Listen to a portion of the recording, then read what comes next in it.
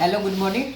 तो पिछले लेक्चर में हम लोग देख चुके थे, अनुसूची के बारे में बात कर रहे थे। तो अनुसूची 10 तक चर्चा चली थी, उसके बाद कुछ प्रॉब्लम हो गया है, उसके कारण वीडियो अपलोड नहीं हो पाया उतना। तो उसके आगे जो है आज मैं पहले चर्चा कर लेता हूँ अनुसूची को, और अनुसूची जब हो जाएगा उसके बाद हम लोग अनुच्छेद पे चलेंगे, भाग 1 के बारे में, जैसा कि ऊपर लिखे हुए हैं। तो पहले जो अनुसूची छूट गया था 10, 11 और 12, पहले तो अनुसूची 1 से लेके 10 तक अगर आपको याद है, तो पहला अनुसूची में जो है भारत जो राज्यों का संघ है उसके बारे में है।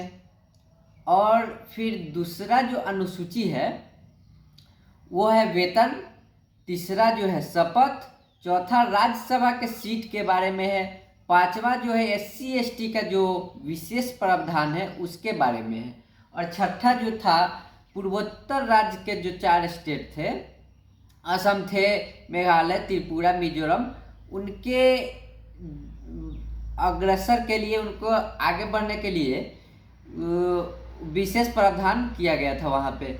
तो यहाँ तक 6 तक था पूर्वोत्तर राज्य। और 7 में हम लोग देखे थे कि शक्ति का विभाजन हुआ था, और शक्ति के विभाजन में हम लोग देखे थे कि जैसे कि ये हमारा देश विशाल था, तो इसका कारण केंद्र और राज्य में कभी विवाद ना हो, इसके कारण उसमें सभी चीज़ अनुसूची में लिखा गया था। और उसमें हम लोग 4 अनुसूची उसमें देखे थे कि सूची बनाया हुआ था। एक केंद्र का सूची था, एक राज्य का सूची था। तो केंद्र का 100 था, राज्य का जो था पहले 66 से 61 हो गया। उसके बाद समवर्ती था, जो दोनों का पावर रहता है लेकिन ज़्यादा डोमिनेट केंद्र वाला करेगा। और उसके बाद इसमें था एक अवशिष्ट जुड़ा था, जो कि जो भी संविधान लागू होने के बाद जो भी ऐड होगा वो अवशिष्ट में होगा, और अवशिष्ट जो होगा केंद्र देखेगा, ज़्यादा केंद्र ही देखेगा उसे। तो यहाँ तक हम लोग देखे थे। उसके बाद भाषा वाला भी देखे, जो 8वां अनुसूची था भाषा, जो 14 था, और 22 हो गया मैथिली, कोंकणी, ये सब बाद में जुड़ा था, इसको आगे हम बताएंगे 22 भाषा। उसके बाद 9वां जो था भूमि सुधार था। भूमि सुधार जो था, हम बताए थे कि पहला संशोधन था जमींदारी व्यवस्था को खत्म करने के लिए। उस टाइम जो भूमि सुधार जो लाया गया था वो पहला संशोधन था। 50 में आया संविधान, और 51 में ही संशोधन करना पड़ा। और वहाँ जब 9वां अनुसूची जो भूमि सुधार हो गया, तो अगला अनुसूची के बारे में हम बता दें, कल वहाँ तक चर्चा हो चुकी थी। तो 10वां अनुसूची में जो है दल बदल का बारे में लिखा गया है।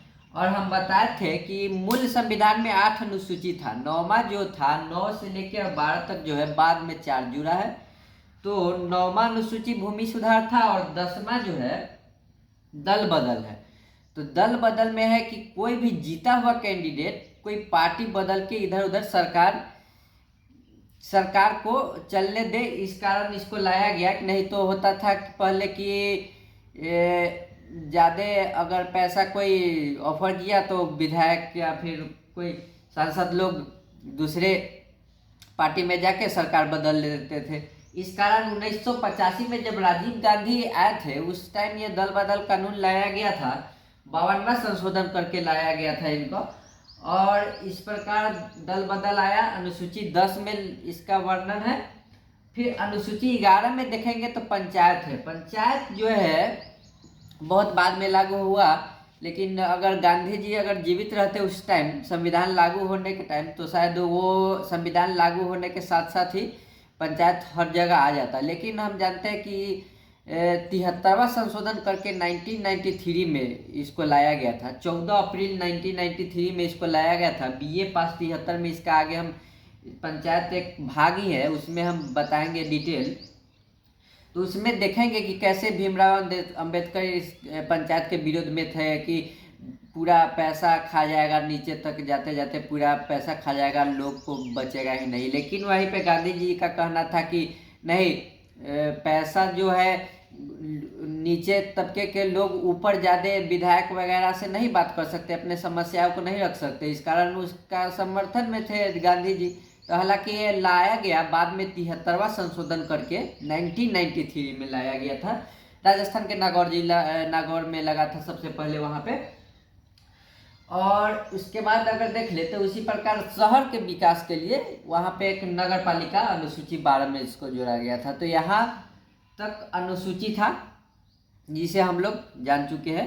तो 12वां अनुसूची हम लोग पढ़ चुके हैं। 10 बच गया था दल बदल, 11 पंचायत और 12 नगर पालिका। तो अगर फिर से अगर हम एक अनुसूची से आपको रिवाइज कराएं तो पहला में भारत राज्यों का संघ, दूसरा में वेतन, तीसरा में शपथ, उसके बाद चौथा में राज्यसभा का सीट, पांचवा के SC/ST के विशेष प्रावधान जो था उसके बारे में था, छठा के पूर्वोत्तर राज्य जो 4 थे, असम, मेघालय, त्रिपुरा और मिजोरम, और छठा पूर्वोत्तर राज्य के बाद 7वां जो था शक्ति का विभाजन, और 8वां अनुसूची भाषा, और 9वां था उसमें भूमि सुधार, 10वां दल बदल, 11वां जो पंचायत अभी देखे हैं, और 12वां नगर पालिका। तो इस प्रकार हम लोग का अनुसूची यहाँ पे समाप्त हो चुका है। अब हम लोग पढ़ेंगे भाग 1 से, जो कि संविधान में कुल 22 भाग की चर्चा है, और 22 भाग में कुल 395 आर्टिकल जो कि अनुच्छेद होंगे वहाँ पे। तो अब हम लोग भाग पे आते हैं। जैसा कि संविधान 26 जनवरी 1950 को लागू हुआ था, ठीक है। तो इसमें अनुच्छेद के IPC और CRPC की इंडियन क्रिमिनल और क्रिमिनल वाला जो सज़ा हम लोग को मिलता है वो सब लास्ट में देखेंगे। कुछ इम्पोर्टेंट जैसे IPC हम लोग का सज़ा अनुच्छेद के अनुसार नहीं मिलता है, वो सज़ा मिलता है CRPC के तहत। जैसे हाफ मर्डर का हम लोग फुल मर्डर का जानते हैं, वो 302, 307 ये सब लगता है।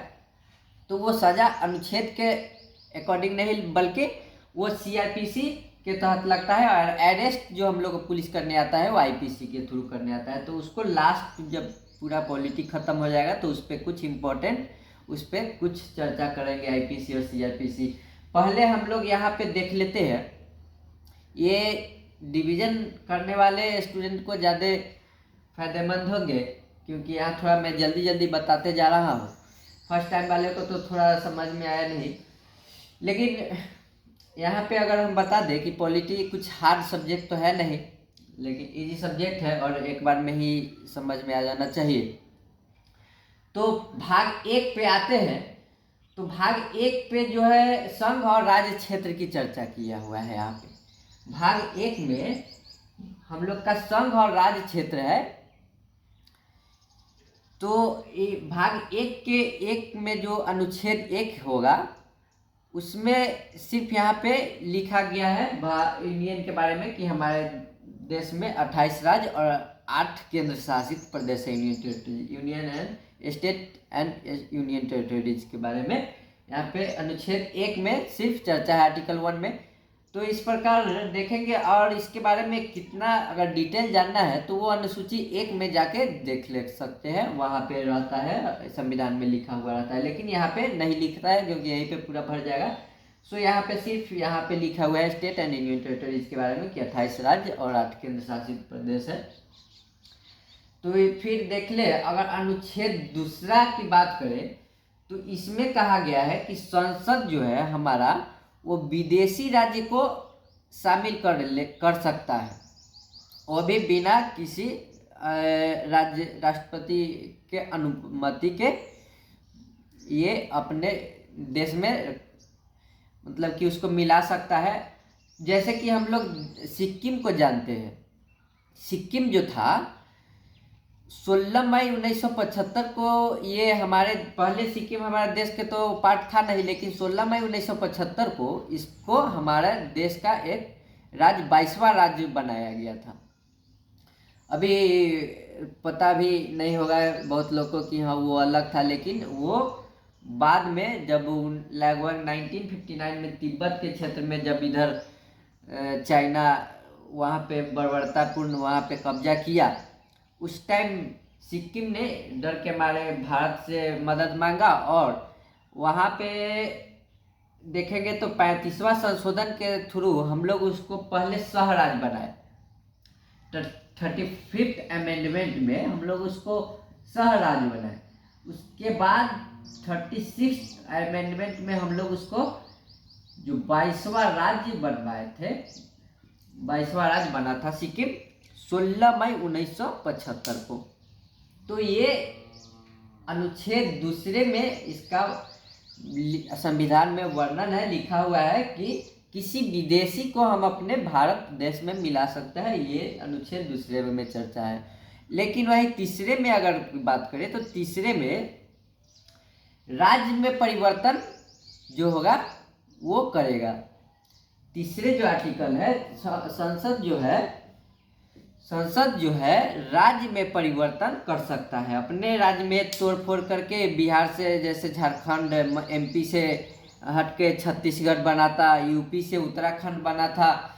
तो उस प्रकार सबसे बड़ा था एक पेप्सू राज्य था, Punjab and east state Patiala union जो था, पेप्सू जो था Punjab and east Patiala state union, वो तो 1966 में इसको शाह आयोग ने तोड़ के, बहुत बड़ा था पूरा, ये इधर के साइड का पूरा था, लेकिन इसको शाह आयोग ने इस सिफारिश पर इसको अलग कर दिया गया और 4 भाग में बांट दिया गया। उस टाइम सबसे बड़ा यही टूटा था।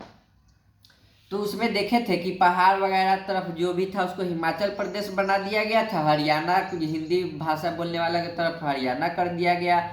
उसके बाद पंजाबी बोलने वाला को पंजाब बना दिया गया और चंडीगढ़ उसका कैपिटल बना दिया गया था उस टाइम में। तो इस प्रकार हम लोग 3 अनुच्छेद देखेंगे। तो सिर्फ पहला वाला में है कि यूनियन और स्टेट के बारे में चर्चा है, और दूसरा में देखेंगे कि संसद जो है विदेशी को जो मिलाता है वो इसी अनुच्छेद के तरह संविधान में वर्णित है। और तीसरा जो है अपने ही देश में अगर तोड़ फोड़ करना है राज्य को, अगर 2 राज्य को अभी भी अगर कर सकता है, बिहार से मिथिला अलग होना चाहता है, तो ये अगर संसद चाहे तो तीसरे अनुच्छेद में इसका संविधान में वर्णन है, आराम से कर सकती है। उसके लिए उसको फिर स्टेट से परमिशन के जरूरी नहीं पड़ेगी कि हाँ स्टेट के परमिशन लेना होगा। और यहाँ जो चौथा अनुच्छेद है उसमें वर्णन किया गया है कि अगर संसद दूसरा और तीसरा का अगर अनुच्छेद का प्रयोग कर रही है तो उसमें 368 को वर्णित कर दिया। 368 में है क्या कि राष्ट्रपति अपने पुनर्विचार के लिए वो मंगा लेता है कि हाँ इसको पहले हमको पुनर्विचार करने दीजिए। तो इसको उससे बाहर रखा गया कि हाँ राष्ट्रपति के पुनर्विचार के इसमें जरूरी नहीं पड़ेगा, हस्तक्षेप नहीं कर सकता है राष्ट्रपति। तो चौथा आर्टिकल में सिर्फ यही कहा गया है कि जब दूसरा और तीसरा आर्टिकल का जब संसद प्रयोग कर रहा हो, मतलब कि विदेशी राज्य को मिला रहा हो या फिर राज्य में ही परिवर्तन कर रहा हो, उस टाइम में चौथा में कहा गया है कि राष्ट्रपति उसमें हस्तक्षेप नहीं कर सकता है। तो इस प्रकार 4 आर्टिकल पहला भाग कंप्लीट हो चुका है। यहाँ पर तो पहला भाग कंप्लीट हो चुका है।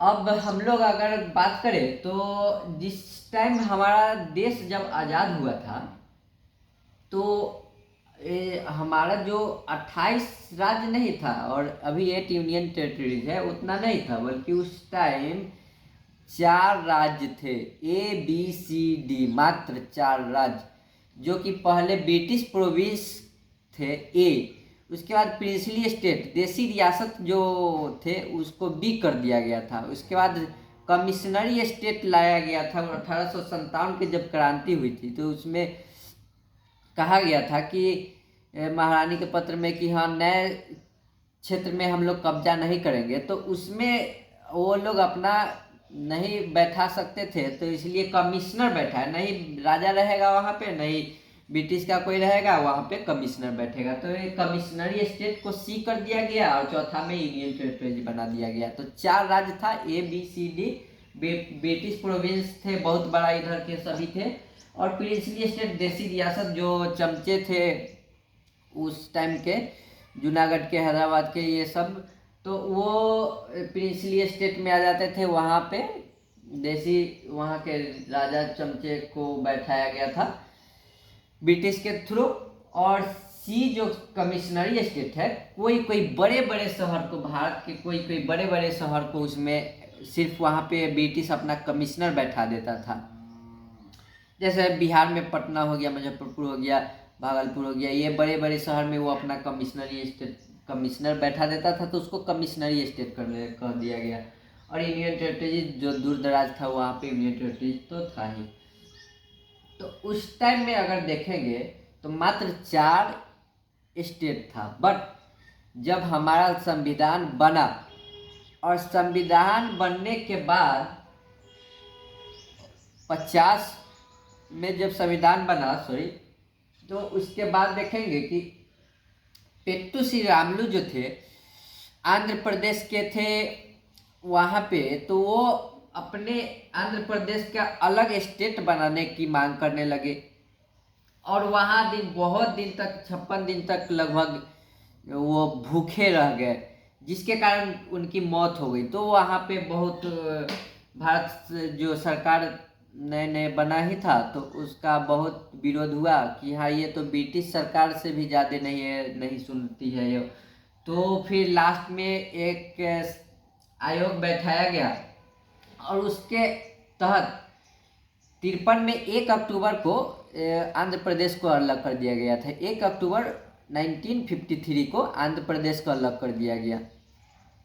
और जैसे ही आंध्र प्रदेश अलग हुआ और बवाल बहुत व्यापक रूप पर बढ़ गया, और जिसके कारण गवर्नमेंट को एक आयोग लाना पड़ा, शाह आयोग, जिसके फजल अली आयोग, जो कि 3 साल के बाद शाह आयोग तो पेप्सू को अलग किया था 1966 में। ये अभी तो यहाँ पे अलग हो रहा है, फजल अली आयोग ही लाया गया है। अभी तो 4 ही स्टेट था।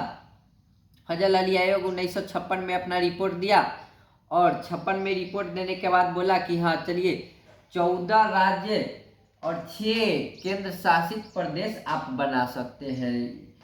तो वहाँ पे कहा गया कि 14 राज्य, महाराष्ट्र, गुजरात, ये नहीं हो कि पूरा गुजरात है तो गुजराती ही रहे उसमें।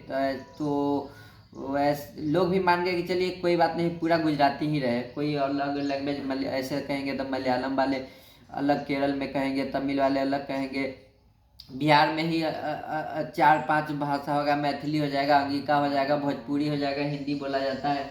तो ऐसे बहुत डिवाइड हो जाता। लेकिन उस समय कहा गया कि नहीं, 14 राज्य में डिवाइड। तो उस समय वहाँ पे विरोध शांत हुआ और 7वां अमेंडमेंट करना पड़ा।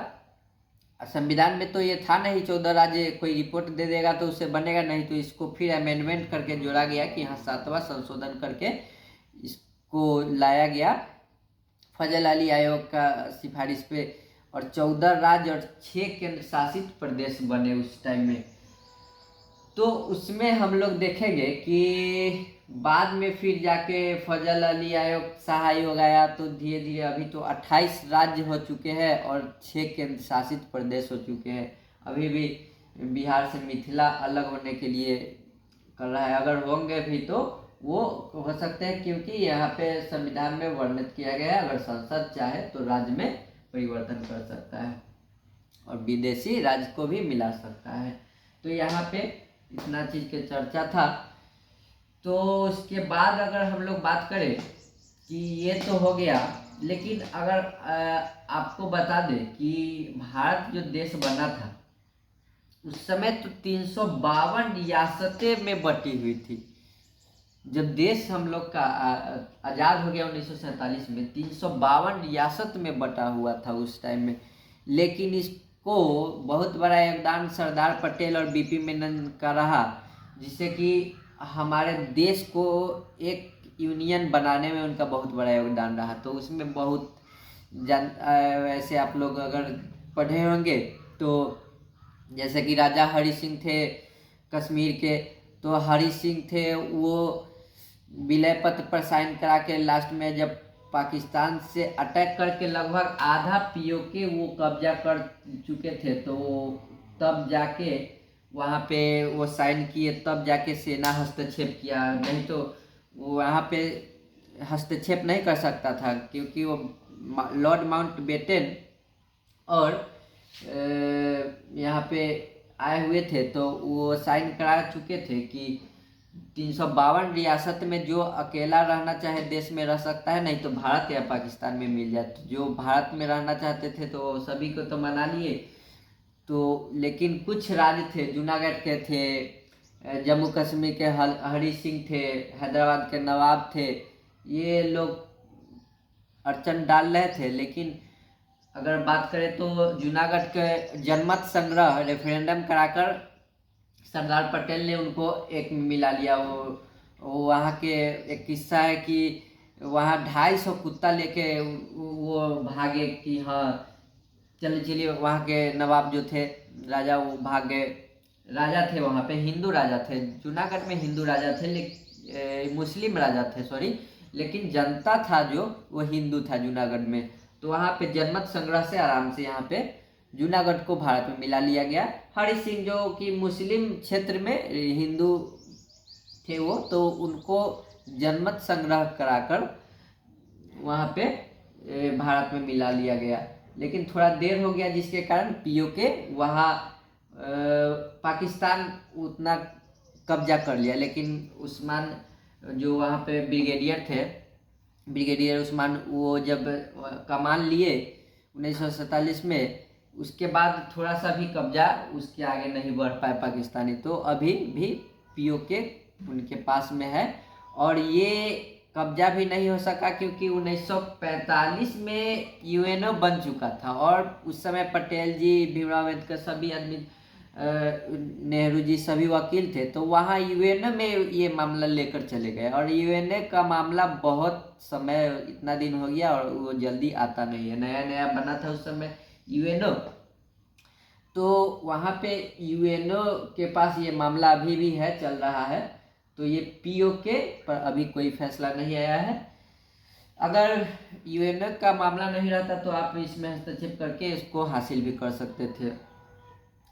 तो इस प्रकार देखेंगे कि हमारा देश जो है एक यूनियन बना सरदार पटेल और बीपी मेनन के कारण, और फिर 4 स्टेट बना, उसके बाद अभी तो 28 राज्य और 8 केंद्र शासित प्रदेश हो चुके हैं। तो इस प्रकार देखेंगे कि भाग 1 जो है हम लोग का कंप्लीट हो चुका है। तो भाग 1 में अगर दूसरी भाग की बात करें तो नागरिकता के बारे में है, तो इसको हम अगले लेक्चर में इसको शामिल करेंगे। अभी के लिए इतना ही। Thank you very much.